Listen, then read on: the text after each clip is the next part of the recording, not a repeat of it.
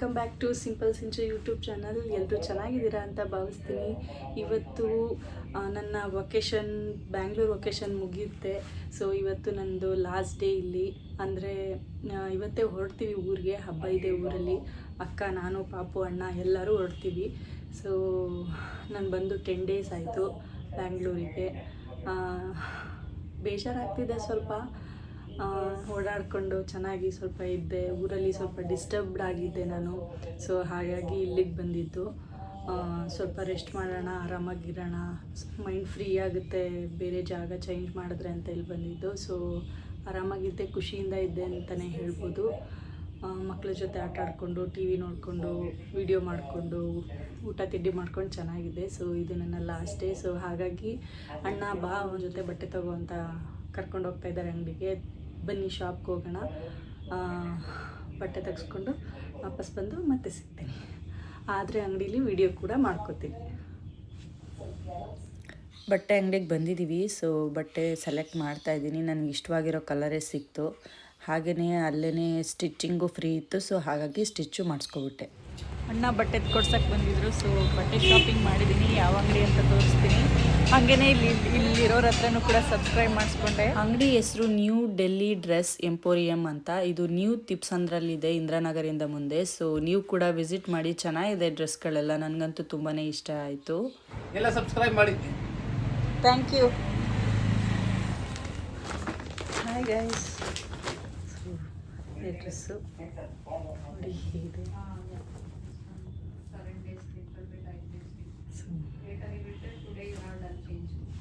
ಇದು ಥರ ದುಪ್ಪಟ್ಟ, ಥರ ಪ್ಯಾಂಟ್. ಇದು ಬೇಕು ಅಂದರೆ ಕ್ಲಿಪ್ಪಿಂಗ್ ಹಾಕಿರ್ತೀನಿ. ನೋಡಿ ಚೆನ್ನಾಗಿದೆ. ನನಗಂತೂ ತುಂಬ ಇಷ್ಟ ಆಯಿತು. ಅಣ್ಣ ಕೊಡಿಸಿದ್ದು ಇನ್ನೂ ಒಂಥರ ಖುಷಿ ಅನಿಸ್ತು ನನಗೆ. ಖುಷಿ ಆಗ್ತಿದೆ. ಸ್ಕೂಲ್ ಮುಗಿಸ್ಕೊಂಡು ಪಾಪಗಳು ಬಂದ ಮೇಲೆ ನಾವು ಹೊರಡ್ತೀವಿ. ಸೊ ಅಲ್ಲಿ ತನಕ ಸ್ನಾನ ಮಾಡಿ ರೆಡಿ ಆಗಬೇಕು.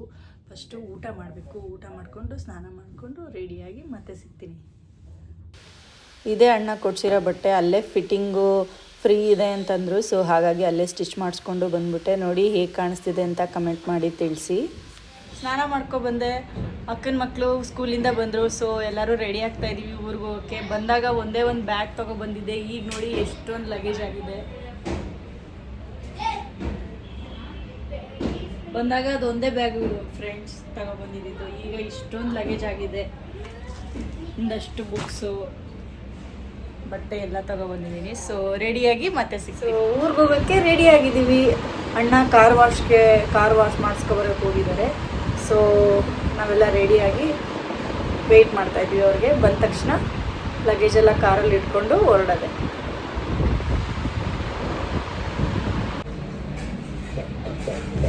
ಹೊರಡ್ತಾ ಇದ್ದೀವಿ ಇವಾಗ. ದೇವ್ರಿಗೊಂದ್ಸರಿ ಕೈ ಮುಗಿದ್ಬಿಟ್ಟು ಹೊರಡೋಣ. ಮನೆಗೆ ಬಂದಮೇಲೆ ನನಗೂ ನೆಮ್ಮದಿ, ಖುಷಿ ಸಿಕ್ಕಿದೆ.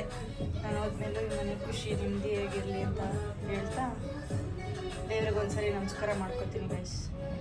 ಹೊರಡ್ತಾ ಇದ್ದೀವಿ ಊರಿಗೆ. ಎಲ್ಲ ರೆಡಿ ಇದೆ, ಲಗೇಜು ರೆಡಿ ಇದೆ. ಕೆಳಗಡೆ ಲಗೇಜೆಲ್ಲ ತೊಗೊಂಡೋಗಿಡೋಣ.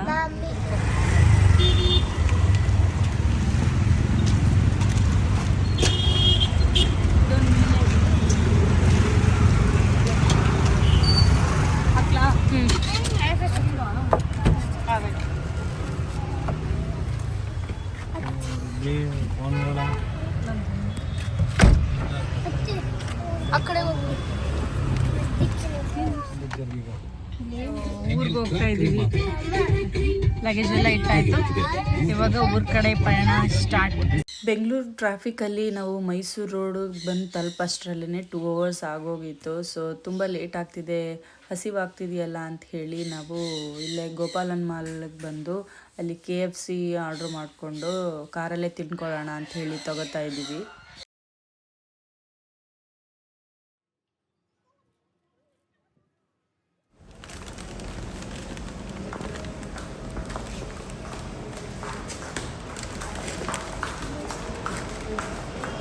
ಗಾಯ್ಸ್, ಊರಿಗೆ ಬಂದು ತಲುಪಿದ್ವಿ.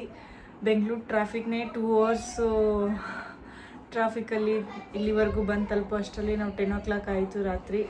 ಸೊ ಇದಾಗಿತ್ತು ನನ್ನ ವಾಪಸ್ Bangalore to Kollegal video. So video ಇಷ್ಟ ಆಗಿದ್ದರೆ ಲೈಕ್ ಮಾಡಿ, ಶೇರ್ ಮಾಡಿ, ಹಾಗೆಯೇ ಕಮೆಂಟ್ ಮಾಡಿ. Thank you for watching. Subscribe to simple Sinchu YouTube channel.